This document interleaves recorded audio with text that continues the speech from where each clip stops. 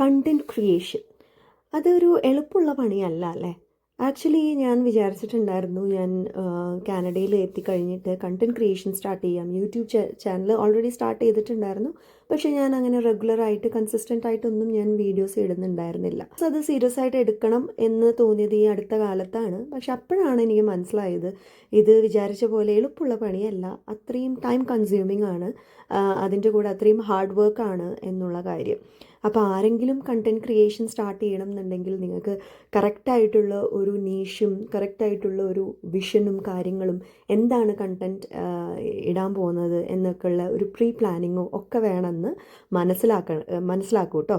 ഞാനും അങ്ങനെയാണ് ഇപ്പം എനിക്ക് മനസ്സിലായത്. കാരണം എന്താണിപ്പം ഞാൻ നാളെ ഇടുക, ഇല്ലെങ്കിൽ എപ്പോഴും ഞാൻ ഡാൻസാണ് കൂടുതൽ ചെയ്യാറ്. കാരണം it's kind of meditation for me. എനിക്കതൊരു മെഡിറ്റേഷനാണ്. എനിക്ക് എന്തെങ്കിലും ഒരു ബുദ്ധിമുട്ടോ മനസ്സിനൊരു വിഷമോ ഒക്കെ ഉണ്ടെങ്കിൽ ഞാൻ ഡാൻസ് ചെയ്ത് കഴിഞ്ഞാൽ അത് അങ്ങ് മാറും. അതുപോലെ അത് തന്നെ കണ്ടൻറ് ആക്കലായിരുന്നു ഞാൻ ചെയ്തുകൊണ്ടിരുന്നത്. കാരണം it gives me happiness, acting ആണെങ്കിലും. സോ അത് മാത്രമാണ് ഞാൻ ചെയ്തുകൊണ്ടിരുന്നത്. പിന്നെ കണ്ടൻറ് ക്രിയേഷൻ എന്ന് പറയുന്നത് നമ്മൾ എവിടെ പോകുമ്പോഴും, ഇപ്പോൾ വ്ളോഗ് ആണെങ്കിൽ നമ്മൾ എവിടെ പോകുമ്പോഴും ക്യാമറയും കൊണ്ട് പോവുക, അത് ഷൂട്ട് ചെയ്യുക. പക്ഷേ ആ ഒരു മൊമെൻറ്റിനെ മിസ് ചെയ്യുന്നതായിട്ട് എനിക്ക് പലപ്പോഴും ഫീൽ ചെയ്തിട്ടുണ്ട്. പക്ഷെ അതൊരു പ്രൊഫഷനായിട്ട് എടുക്കുമ്പോഴേ നമ്മളത് ചെയ്തേ പറ്റുള്ളൂ അല്ലേ? അതേപോലെ തന്നെയാണ് ഞാൻ ഇപ്പോൾ ചെയ്ത് തുടങ്ങിയിരിക്കുന്നത്. എവിടെ പോകുമ്പോഴും ഈ മൊബൈൽ എടുത്ത് പോവുക, ക്യാമറയായിട്ടല്ല, ഞാൻ മൊബൈലിൽ തന്നെയാണ് എല്ലാം ഷൂട്ട് ചെയ്യുന്നത്. സോ അതൊക്കെ ക്രിയേറ്റ് ചെയ്യുക, അതിന് വേണ്ടിയിട്ട് നമ്മുടെ ടൈം നമ്മൾ അതിന് വേണ്ടി സ്പെൻഡ് ചെയ്യുക. അപ്പോൾ മാത്രമേ ഗ്രോത്ത് ഉണ്ടാവുള്ളൂ. സോ ആരെങ്കിലും സ്റ്റാർട്ട് ചെയ്യാൻ വിചാരിക്കുന്നുണ്ടെങ്കിൽ ഇതൊക്കെ മൈൻഡിൽ വെക്കൂ കേട്ടോ. അതിനൊരു നിങ്ങളുടെ ഒരു ജോലി പോലെ തന്നെ കണ്ടാൽ മാത്രമേ അതിന് ഗ്രോത്ത് ഉണ്ടാവുള്ളൂ. ഞാനും ഈ ടൈം പാസിന് വേണ്ടിയിട്ടാണ് ആദ്യം തുടങ്ങിയിട്ടുണ്ടായിരുന്നത്. അത് അങ്ങനെ ഞാൻ മോണിറ്റൈസേഷനോ കാര്യങ്ങളോ ഒന്നും ഞാൻ നോക്കിയിട്ടുണ്ടായിരുന്നില്ല. ബട്ട് ഞാനത് ചെയ്തത് മണ്ടത്തരായിരുന്നു എന്ന് ഇപ്പം തോന്നുന്നു. വെറുതെ ഇട്ടിരുന്ന് വീഡിയോസൊക്കെ മോണിറ്റൈസേഷന് ഞാൻ കാര്യമായിട്ട് നോക്കിയിട്ടുണ്ടായിരുന്നെങ്കിൽ നല്ലതായിരുന്നു. എനിക്കിപ്പം കുറച്ച് പൈസയെങ്കിലും കിട്ടിയേനെ എന്നൊക്കെ വിചാരിക്കാറുണ്ട് കേട്ടോ. പക്ഷെ ഇപ്പം ഞാൻ കുറച്ച് കൺസിസ്റ്റൻ്റ് ആയിട്ട് അതിനെ സീരിയസ് ആയിട്ട് എടുത്തപ്പോഴാണ് എനിക്കും മനസ്സിലായി തുടങ്ങിയത്, യെസ്, ഇത് ഞാൻ മുമ്പേ ചെയ്യേണ്ടിയിരുന്നു എന്നുള്ളത്. സോ ഞാൻ അങ്ങനെ ആലോചിച്ചുകൊണ്ടിരിക്കുമ്പോഴാണ്, ഞാൻ ഇന്ന് എന്തിടും എന്ന് ആലോചിച്ചുകൊണ്ടിരിക്കുമ്പോഴാണ് ഞാൻ വിചാരിച്ചത്, ഓക്കെ, ഞാൻ ഇന്നത്തെ ഒരു ഡേ, ഇത് ഞാനൊരു സൺഡേയിൽ എടുത്തതാണ്. അപ്പോൾ ഇന്നത്തെ ഒരു ഡേ തന്നെ ഞാൻ ഷൂട്ട് ചെയ്യാമെന്ന് വിചാരിച്ചു. ഞാൻ പക്ഷെ വിചാരിച്ച് വരുമ്പോഴത്തേക്ക് അത് വൈകുന്നേരം ആയിട്ടുണ്ടായിരുന്നു. അതുകൊണ്ട് തന്നെ രാവിലത്തെ പരിപാടികളൊന്നും എനിക്ക് ഷൂട്ട് ചെയ്യാൻ പറ്റിയില്ല. സോ ഞാൻ ഷൂട്ട് ചെയ്ത കുറച്ച് ഭാഗങ്ങൾ മാത്രം ഞാൻ ഇവിടെ ഇടാം. അപ്പോൾ എൻ്റെ കുറച്ച് പണികൾ, സൺഡേ ആയത് കാരണം തന്നെ കുട്ടികൾ വീട്ടിലുണ്ടായിരുന്നു. ഹസ്ബൻഡ് വർക്ക് ചെയ്യുന്നത് ഇവിടെ ഓയിൽ ഫീൽഡിലാണ്, ക്യാമ്പിലാണ്. അപ്പോൾ 15 days അവിടെയും 15 days ഓഫും അങ്ങനെയാണ് ഉണ്ടാവുക. അപ്പം ഏട്ടനില്ലാത്ത 15 days എന്ന് പറയുന്നത് ഞാൻ തന്നെയാണ് കുട്ടികളുടെ കാര്യം, ബാക്കി എല്ലാ കാര്യങ്ങളും ഒക്കെ നോക്കുന്നത് ഞാൻ തന്നെയാണ്. സോ ആ 15 days ഭയങ്കര ഡിഫിക്കൽട്ടാണ് കേട്ടോ. ഒരു ഒറ്റയ്ക്ക്, പ്രത്യേകിച്ച് കുട്ടികളുള്ളപ്പോഴേ എല്ലാം കൂടെ മാനേജ് ചെയ്യുന്നത് എനിക്ക് കുറച്ച് ബുദ്ധിമുട്ടുള്ള കാര്യമാണ്. എന്തുകൊണ്ടാണെന്ന് വെച്ചാൽ ഞാൻ കുട്ടിക്ക് അങ്ങനെ സ്ക്രീൻ ടൈം കൊടുക്കാറില്ല. അതിപ്പം ഗെയിംസ് ആണെങ്കിലും ഇല്ലെങ്കിൽ TV ആണെങ്കിലും അതിനൊരു പ്രോപ്പർ ടൈം ഉണ്ട്, അതിന് മാത്രമേ ഞാൻ കൊടുക്കാറുള്ളൂ. അത് കാരണം തന്നെ ആ ബഹളവും, 2 ബോയ്സാണ്, 9ഉം 6ഉം വയസ്സുള്ള 2 ബോയ്സ്. അപ്പം ബോയ്സ് ഉള്ളവർക്ക് ഊഹിക്കാം എങ്ങനെയായിരിക്കും സ്ക്രീൻ ടൈം ഒന്നും ഇല്ലാതെ എങ്ങനെ മാനേജ് ചെയ്യാന്നുള്ളത്. അത്രയും ആക്റ്റീവാണ്, 2 പേരും ഭയങ്കര ആക്റ്റീവാണ്. സോ ഓരോ ആക്ടിവിറ്റീസ് ഞാനിങ്ങനെ കൊടുക്കും. ചിലപ്പോൾ ഇങ്ങനെ ഡ്രോ ചെയ്യാനായിരിക്കും, ഇല്ലെങ്കിൽ ആക്ടിവിറ്റി ബുക്ക് ഉണ്ട് അത് ചെയ്യാൻ, ഇല്ലെങ്കിൽ എന്തെങ്കിലും, ഞാനില്ലെങ്കിൽ കൂടെ ഫൂട്ബോൾ കളിക്കും, ഇല്ലെങ്കിൽ കൂടെ എന്തെങ്കിലും മോണോപ്പൊളി, കാർഡ് ഗെയിംസ്, അങ്ങനെ ഞാൻ അവരുടെ കൂടെ തന്നെ ഇരുന്ന് കളിക്കാറുണ്ട്. ഓക്കെ, അങ്ങനെയാണ് നമ്മുടെ ടൈം അങ്ങനെ പോകുന്നത് കേട്ടോ. ഇല്ല, എനിക്ക് ആ സ്ക്രീൻ ടൈം കൊടുത്തിട്ട് അങ്ങനെ ചെയ്യാൻ ഇഷ്ടമില്ല. അങ്ങനെ ഇരിക്കുകയാണ് എൻ്റെ മോന് ഭയങ്കര ഇഷ്ടമാണ്, ക്രിസിന്, എന്നെ ഹെൽപ്പ് ചെയ്യാനായിട്ടും. ചെറിയ ആൾക്കും ഭയങ്കര ഇഷ്ടം ആവശ്യം വന്നാൽ. പക്ഷേ ഇപ്പോൾ ആ പ്രായമാണല്ലോ, ഒരു 6, സാധാരണ പറയാൻ 4-ാം വയസ്സിൽ നട്ടപ്രാന്ത് എന്നാണ്. പക്ഷേ ഞാൻ ക്രിസിൻ്റെ ആണെങ്കിലും ഇപ്പോൾ തുങ്കുവിൻ്റെ ആണെങ്കിലും കണ്ടുകൊണ്ടിരിക്കുന്നത് 6-ാം വയസ്സിലാണ് നട്ടപ്രാന്ത്. സോ അത് നിങ്ങൾക്കും ഊഹിക്കാവുന്നതല്ലേ ഉള്ളൂ അല്ലേ?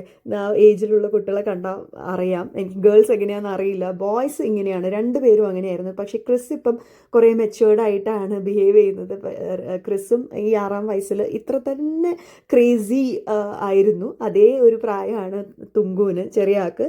അപ്പം അവനെ ഞാൻ അങ്ങനത്തെ കാര്യങ്ങളിലൊന്നും കൂട്ടാൻ പറ്റാറില്ല, കാരണം ആകെ ഹൈപ്പർ ആക്റ്റീവാണ്. സോ ക്രിസ് ഇങ്ങനെ എന്നെ ഹെൽപ്പ് ചെയ്യാനൊക്കെ ഉണ്ടാവും. അപ്പോൾ അവന് എനിക്ക് കോഫി ഉണ്ടാക്കി തരാം, രാവിലെ സാൻഡ്വിച്ച് ഉണ്ടാക്കി തരാം, അപ്പോൾ ചായ ഉണ്ടാക്കി തരാൻ അവന് ഭയങ്കര ഇഷ്ടമാണ്. അപ്പം അങ്ങനെ നമ്മൾ ഇന്ന് ചായ ഉണ്ടാക്കുന്ന ഒരു വീഡിയോ ആവട്ടെ എന്ന് വിചാരിച്ചു കേട്ടോ. മലയാളത്തിൽ പറഞ്ഞു പ്ലീസ്. അതിന് മലയാളം അറിയില്ല, മലയാളം പറഞ്ഞു നോക്കട്ടെ. ഇപ്പോഴത്തേക്ക് 1 സ്പൂൺ. അതന്നെ, ഇപ്പോഴത്തേക്ക് 1 സ്പൂൺ. നമുക്ക് കളർ നോക്കിയിട്ട് ചെയ്യാം. ഓക്കെ, നിങ്ങളും ഇങ്ങനെയാണോ ചായ വയ്ക്കാറ്? ആണോ? ഞാൻ ആദ്യം പാലിട്ട് കുറച്ച് വെള്ളം കൂടി ആക്കിയിട്ടാണ് ചെയ്യാറ്. ചിലവർ ആദ്യം തന്നെ വെള്ളം ഇടും, എന്നിട്ടാണ് ചെയ്യുക. പക്ഷെ എനിക്കിതാണ് കേട്ടോ കംഫർട്ടബിൾ. ഇതാണോ റൈറ്റ് വേ എന്ന് ചോദിച്ചാൽ എനിക്ക് അറിഞ്ഞൂടാ. ആണോ? പക്ഷെ കിച്ചിക്കും ഇങ്ങനെയാണ് കേട്ടോ അറിയാം. കിച്ചാണ് ഇടാൻ പോകുന്നത്. കമാൻ, അതാ എല്ലാം എടുത്തെടുത്ത് അപ്പം എൻ്റെ ഉള്ളിൽ വെക്കി. കമാൻ, അത് എൻ്റെ ഉള്ളിൽ വെച്ചിട്ട് ഫസ്റ്റ് മിൽക്ക്,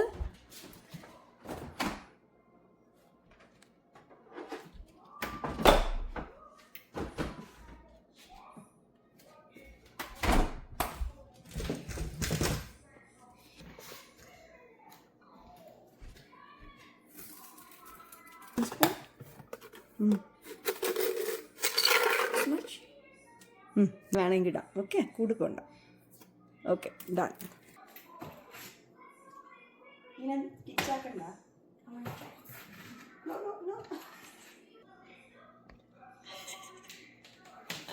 ഇതിനായിരുന്നു പേടിച്ചുകൊണ്ടിരുന്നത്, വോൾക്കാനിക് ഇറപ്ഷൻ വരുമോ എന്ന് വിചാരിച്ചിട്ട്. അതെനിക്കിഷ്ടം. എന്താണ് ഇഷ്ടം?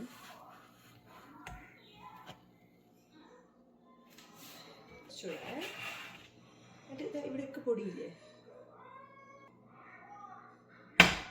ചെയ്യുന്നതിന് വേണ്ടി കോഫി. Okay, very good. ഇനി എന്താ ചെയ്യണ്ടേ? Yes, good boy. ഇപ്പൊക്കെ കുറേ കാര്യങ്ങൾ മാറിയല്ലേ. പണ്ടാണെങ്കിൽ പെൺകുട്ടികൾ മാത്രമേ അടുക്കളയിലെ കാര്യങ്ങളിൽ, വീട്ടിലെ കാര്യങ്ങൾ ചെയ്യാൻ പാടുള്ളൂ. ആൺകുട്ടികളെ അങ്ങോട്ടേക്ക് അടുപ്പിക്കുക പോലും ഇല്ല. അതുകൊണ്ട് തന്നെ കുറേ ആൺകുട്ടികൾ അമ്മമാരോ ഇല്ലെങ്കിൽ ഭാര്യമാരോ ഇല്ലെങ്കിൽ ആകെ അവർ ലോസ്റ്റായി പോകുന്നുണ്ട്. അത് നമ്മൾ അവരോട് ചെയ്യുന്ന വലിയൊരു കുറ്റമല്ലേ. അപ്പോൾ പാരൻസ് തന്നെ ശ്രദ്ധിക്കണം, കുട്ടികളെ കൊണ്ട് ഓരോ കാര്യങ്ങളും ചെയ്യിപ്പിക്കാനായിട്ട്. അവരെ നമ്മളത് ചെയ്യിപ്പിക്കാനുള്ള ഒരു പ്രാപ്തരാക്കുകയാണ് ചെയ്യുന്നത്. സോ അതിനെ കൊണ്ട് ഒരു തെറ്റും ഇല്ല.